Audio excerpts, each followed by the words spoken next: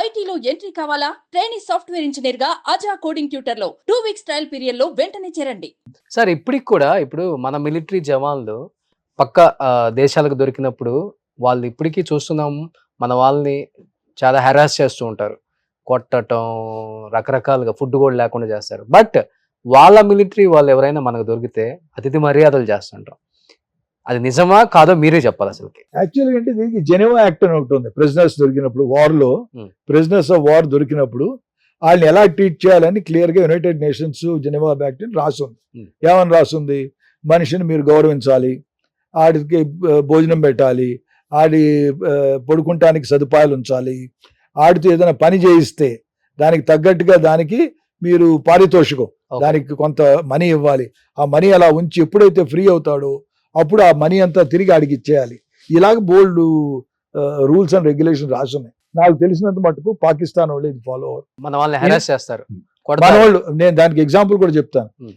మా కోస్మేట్ ఒకటి ఉండేవాడు, second lieutenant AGJ Swittens, Alfred Gregory Joseph Swittens అని, ఇప్పటికి పేరు గుర్తు నాకు. నా batchmate, national defence academy and IMA. 71 వార్లో చంప్ సెక్టర్లో ప్రిజనర్ అయ్యాడు. వెరీ ఇంట్రెస్టింగ్ స్టోరీ ఉంది.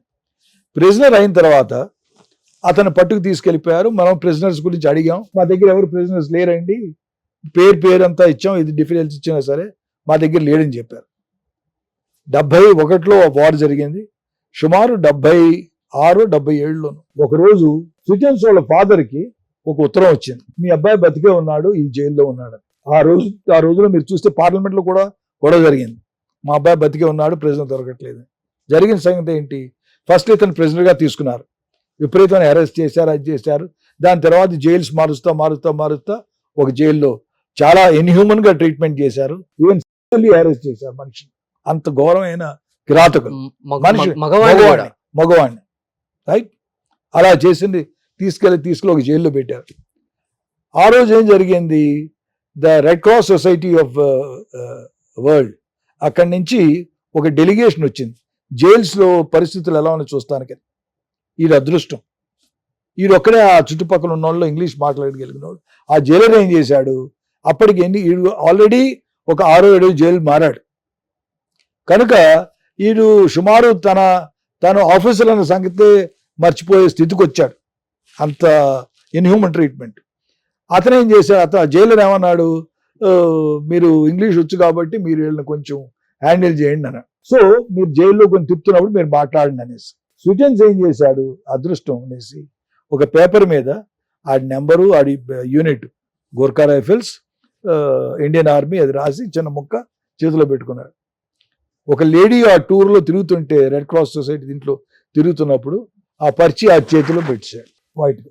అది ఎవరు చూడలేదు, ఆవిడ అదృష్టం, ఆవిడ అలా పట్టుకునే ఉంది. తర్వాత వెళ్ళి తీసి ఓపెన్ చేస్తే ఇండియన్ ఆర్మీ నెంబర్ ఇది, పేరు ఇది ఏజీజే. వెంటనే ఆవిడేమో ఇండియన్ ఎంబసీకి, ఇండియన్ గవర్నమెంట్కి మెసేజ్ ఇచ్చింది, ఇలా మీ ఓడు ఈ జైల్లో ఒక పర్చి ఇచ్చాడు నా ఒక అబ్బాయి అని పర్చి పంపిస్తే ఆ పర్చిని ఇచ్చి పట్టుకొని అప్పుడు వెళ్ళిన పాకిస్తాన్ వాళ్ళు లేదన్నారు.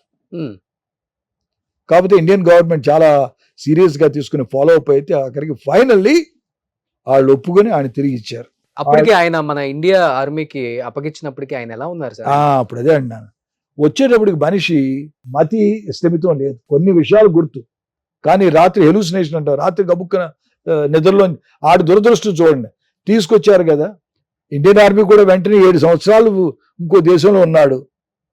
ఆడిని న్యాయబద్ధంగా రూల్ ప్రకారం ఆడిని క్వశ్చన్ చేస్తాం మొదలుపెట్టారు. ఎందుకంటే ఒకవేళ పొరపాటున ఈడు పాకిస్తాన్కి ఏజెంట్గా మారాడా అన్న సందేహం ఇండియన్ ఆర్మీకి జరిగింది. ఇండియన్ ఆర్మీ కూడా ఆయన ఒక 2-3 నెలలు ఇంట్రాగేట్ చేస్తానే కూర్చుంది. ఒకవేళ ఇండాక్ట్రినేట్ అయ్యాడా ఈడు, పాకిస్తాన్ కోసం పనిచేస్తున్నాడు అప్పుడు. ఎందుకంటే మతి స్థిమితం లేకుండా కొంత అటు మాట్లాడేవాడు, కొంత ఇటు మాట్లాడాడు. ఫైనల్లీ ఆఫ్ కోర్స్ క్లియర్ అయ్యాడు, ఇండాక్ట్రినేట్ అవ్వలేదు, పాకిస్తాన్ కోసం పనిచేయట్లేదు అనేసి తిరిగి తీసుకున్నారు. తర్వాత ఆఫ్ కోర్స్ తిరిగి ఇండియన్ ఆర్మీలో ర్యాంక్ వచ్చింది, లెఫ్టినెంట్ కర్నల్గా చనిపోయాడు very recently, right, about 4 years అయింది. మీ బ్యాచ్మేట్, మీ ఫ్రెండ్ 7 years అక్కడ జైల్లో ఉండి ఆయన మీద సెక్స్ హరాస్మెంట్, ఒక మగవాడి మీద తో మాట్లాడినప్పుడు చెప్తుండేవాడు. ఒక్కోసారి ఏంటంటే భార్య చెప్తుండే, రాత్రులు లేచి సరుస్తుండేవాడు. నైట్ హెలూసినేషన్స్, పాత జ్ఞాపకాలు. కొట్టొద్దు కొట్టొద్దు, ఇప్పుడు మన సినిమాలు చూస్తుంటామే పిచ్చోడు అరుస్తుంటాడు అన్నట్టుగా, నన్ను చంపొద్దు, నన్ను కొట్టొద్దు. కనుక Pakistanis are known for it. వాళ్ళకి ఒక న్యాయం, ధర్మంగా ఇది రూల్ ప్రకారం ఇది అని. అది మనం అంటే ఇండియన్స్ ఏంటి అంటే, అందుకే అఫ్ కోర్స్ మన దేశం అంటే ప్రపంచం ఎందుకు మనల్ని గౌరవిస్తుంది. మనం ఏ పని చేసినా ఫారిన్ పాలసీ అంతా చూస్తాం, రూల్ ప్రకారం చేస్తాం. యునైటెడ్ నేషన్స్ ఫోర్సెస్ కూడా మనం అందుకే కదా. అలాగే 93,000 మంది ఎవరు వదులుతారు? 71లో 93,000 మంది ప్రిజనర్స్ని వాళ్ళని హాయిగా కూర్చోబెట్టి ఒక క్యాంప్ ఏర్పరిచి వాళ్ళకి మంచిగా భోజనాలు పెట్టి తర్వాత తిరిగి అత్తారింటిని పంపించాం మనం వాళ్ళని. అదే మన ఇండియన్ ఆర్మీ. రాచ మర్యాదలు చేస్తాం మనం. కానీ ఒక మగ మిలిటరీ మేజర్ కావచ్చు, లేకపోతే ఆర్మీ జవాన్ ఎవరైనా కావచ్చు, వీళ్ళనే ఇంత గా అరెస్ట్ చేసి ఇంత దారుణమైన పరిస్థితులలో మనం తీసుకొచ్చుకుంటున్నాం వెనక్కి. అదే ఒక లేడీ దొరుకుంటే పరిస్థితి ఏంటి సార్? బేసికలీ ఏంటంటే నైతిక విలువలు లేని వాళ్ళండి మనుషులు. యుద్ధం కూడా రూల్స్ ఉన్నాయి.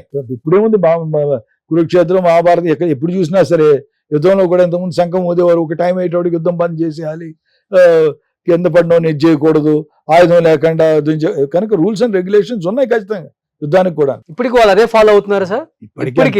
ఇప్పటికీ అంతే. ఎందుకే ఎవరైనా దొరికితే మహా కిరాతకంగా ఇప్పటికే ఇంకా బలం ఏంటంటే రూల్ ప్రకారం ఆయన ఇది చేయకూడదు, ఆయన బాధ పెట్టకూడదు, ఆయన ఇలా ఉంచాలి అలా ఉంచాలి, ప్రశ్నించినా సరే కొట్టకుండా ప్రశ్నించాలి. బట్ స్లోలీ కొంచెం క్రూరంగా ప్రవర్తిస్తే వాడు మారతాడేమో కదా సార్ అసలుకి. ఇలాంటి జరుగుతున్నాయి కూడా. ఎందుకు జరుగుతున్నాయి? బోర్డర్ మీద జవాన్లు అంటే బోర్డర్ మీద ఉన్న వాళ్ళు ఉంటారే, వాళ్ళ ఇమీడియట్ రియాక్షన్స్ ఎప్పుడు క్రూరంగానే ఉంటాయి. కొన్ని యాక్చువల్గా జరిగినాయి చెప్తున్నాను.